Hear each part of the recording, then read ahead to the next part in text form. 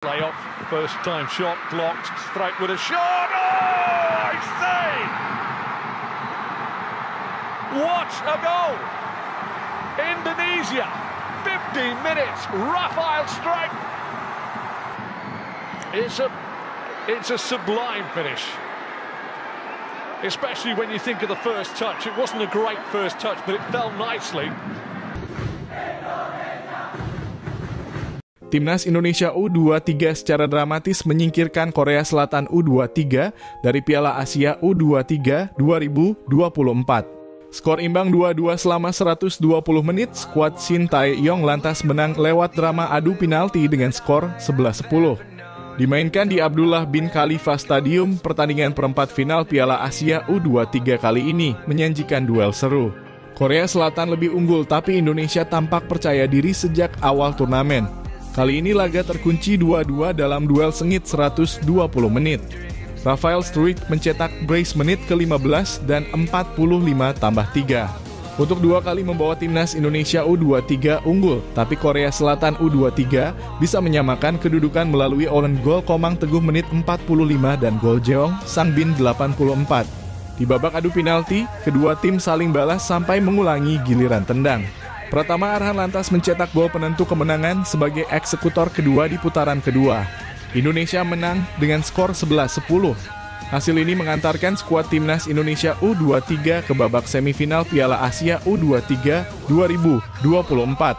Garuda Muda menunggu pemenang duel Uzbekistan versus Arab Saudi di perempat final AFC U23 Asian Cup. 7 fakta kemenangan timnas Indonesia U23 atas Korea Selatan. 1. Rafael Struijk berhasil membuktikan bahwa dia adalah striker murni. Gagal mencetak gol selama babak penyisihan berlangsung, Rafael Struijk justru 2 kali menjebol gawang Baek Jong-bum. Menariknya, gol ini pun menjadi kebobolan perdana Korea Selatan U23 selama Piala Asia U23 berlangsung. 2. VAR ubah 2 keputusan wasit Shaun Evans.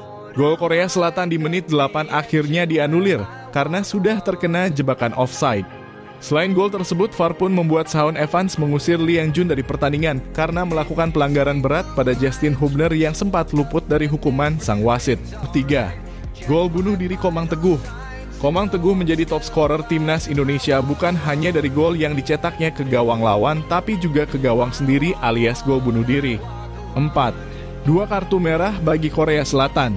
Pada pertandingan tersebut, wasit Shaun Evans tidak hanya memberikan kartu merah bagi Lee Yang Jun.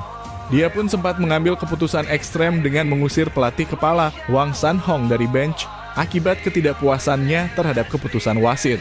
5. Adu penalti. Wasit melanjutkan pertandingan ke babak perpanjangan 2 kali 15 menit, membuat adu penalti terpaksa dilakukan. Sebanyak 9 pemain dari kedua tim seluruhnya berhasil menjebol gawang satu sama lain. Sampai akhirnya ada momen di mana tendangan penalti Justin Hubner yang berhasil dihalau justru diulang karena kiper Korea Selatan maju lebih dahulu dari garis gawang. Justin Hubner pun mengulang tendangan penalti dan berhasil mencetak gol. Giliran Hernando Ari yang berhasil menghalau tendangan Kang Sang-yeon. Namun Arkan Fikri gagal mencetak gol karena tendangan yang terlalu lebar. Sisa penalti sampai pada 2 kiper yang saling beradu penalti. Sampai akhirnya Hernando Ari menepis tendangan Lee Kang-hae. Pratama Arhan yang menjadi penendang terakhir pun berhasil menjebol gawang Korea Selatan sekaligus memastikan kemenangan timnas Indonesia U23. 6. Langkah timnas Indonesia U23 untuk lolos Olimpiade terbuka lebar. Kemenangan timnas Indonesia U23 atas Korea Selatan U23 membuka langkah Shin Tae-yong untuk membawa skuad Garuda Muda lebih tinggi. Timnas Indonesia U23 tidak hanya melaju ke babak semifinal Piala Asia U23, tapi juga berpeluang menembus Olimpiade 2024 Paris. 7. Buat Korea Selatan absen di Olimpiade 2024 Paris. Kemenangan timnas Indonesia U23 ini pun sekaligus memastikan Korea Selatan gagal melaju ke Olimpiade 2024 Paris. Absennya Korea Selatan menjadi kali pertama dalam 9 edisi terakhir Korea Selatan. Shin Tae-yong pun menjadi pelaku utama atas kegagalan Korea Selatan tersebut. Pernah membuat Korea Selatan menembus Olimpiade 2016 Rio, 8 tahun kemudian Shin Tae-yong yang menggagalkan negaranya sendiri ke Olimpiade 2024 Paris.